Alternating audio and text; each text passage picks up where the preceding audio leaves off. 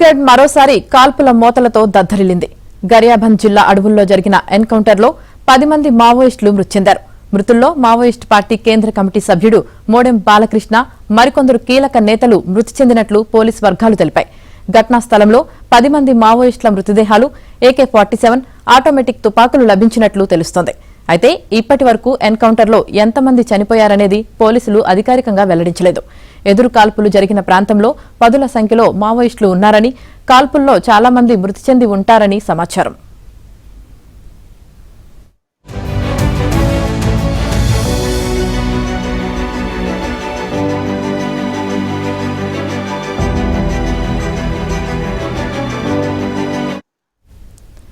ఇక ఛత్తీస్గఢ్ ఎన్కౌంటర్లో 10 మంది మావోయిస్టులు మరణించడంపై కేంద్ర హోంమంత్రి అమిత్ షా స్పందించారు. సిఆర్పీఎఫ్, కోబ్రా కమాండర్స్, ఛత్తీస్గఢ్ పోలీసులు, డీఆర్జీ జాయింట్ ఆపరేషన్ చేపట్టి 10 మందిని ఎన్కౌంటర్ చేశారని, మిగిలిన మావోయిస్టులు గడువులోగా లొంగిపోవాలని హెచ్చరించారు. మార్చి 31లోపు రెడ్ టెర్రర్ను ఏరివేయడం ఖాయమంటూ షా ట్వీట్ చేశారు.